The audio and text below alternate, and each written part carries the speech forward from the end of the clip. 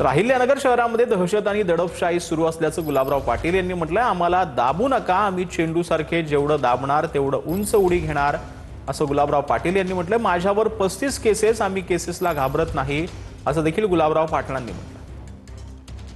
शहरामध्ये जो दहशतवाद दडपशाही चालली आहे, माझा पोलिसांना आव्हान आहे, आम्हाला दाबू नका, आम्ही चेंडू सारखे आहेत, जेवढे दाबाल तेवढी उंच उडी घेणारे कार्यकर्ते आम्ही आहोत।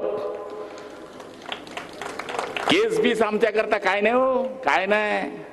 माझ्यावर 35 केसेस होत्या। I love you cases. Case कोणावर होती? मर्दावर होती केस। आम्ही काय बलात्काराच्या केसेस नाही झाल्या आमच्यावर, चोरीच्या नाही झाल्या, दरोड्याच्या नाही झाल्या। आंदोलन हा आमचा। भाजपनं राज्यातलं राजकारण नासवलं असं बाळासाहेब थोरात यांनी म्हटलंय। भाजप फक्त सत्तेसाठी धडपडतोय, त्यांना लोकांची काळजी नाही।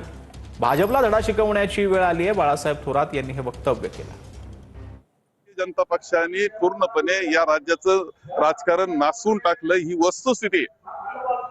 आता लोक लढतायत, आहे गोंधळाची अवस्था आहे, परंतु हे जे मंथन होणार आहे याच्यातून आता जनतेने ओळखलं पाहिजे की भारतीय जनता पक्ष हा आपल्या मदतीचा नाही, आपल्या विकासाचा नाही, हे फक्त सत्तेकरता धडपड करणारे, प्रयत्न करणारे, कशी सत्ता मिळवायची प्रयत्न करणारे असा पक्ष आहे।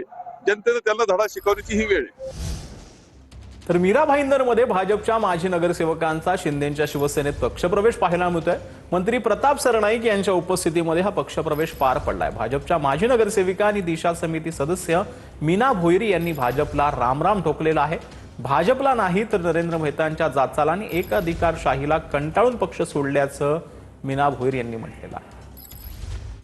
भाजपाच्या आड ही व्यक्ती स्वतःची हुकुमशाही, तानाशाही करणारी ही व्यक्ती आहे। त्यांनी स्वतःच्या खाजगी आणि निजी लोकांना तिकीटं दिलेली आहेत, त्याच्या हामध्ये हा म्हणणाऱ्या लोकांना तिकीटं दिली आहेत। त्याचं खोटं कौतुक आणि जे चुकीचे निर्णय घेताना त्याला साथ देणाऱ्या अशा व्यक्तींना त्यांनी तिकीटं दिलेली आहेत। पण आता यापुढे मी या शिंदे गटाशी सामील झालेली आहे, पक्षात प्रवेश केलेला आहे आणि जनतेसमोर मी प्रामाणिकपणाने साथ देईन, कार्य करत बसेन।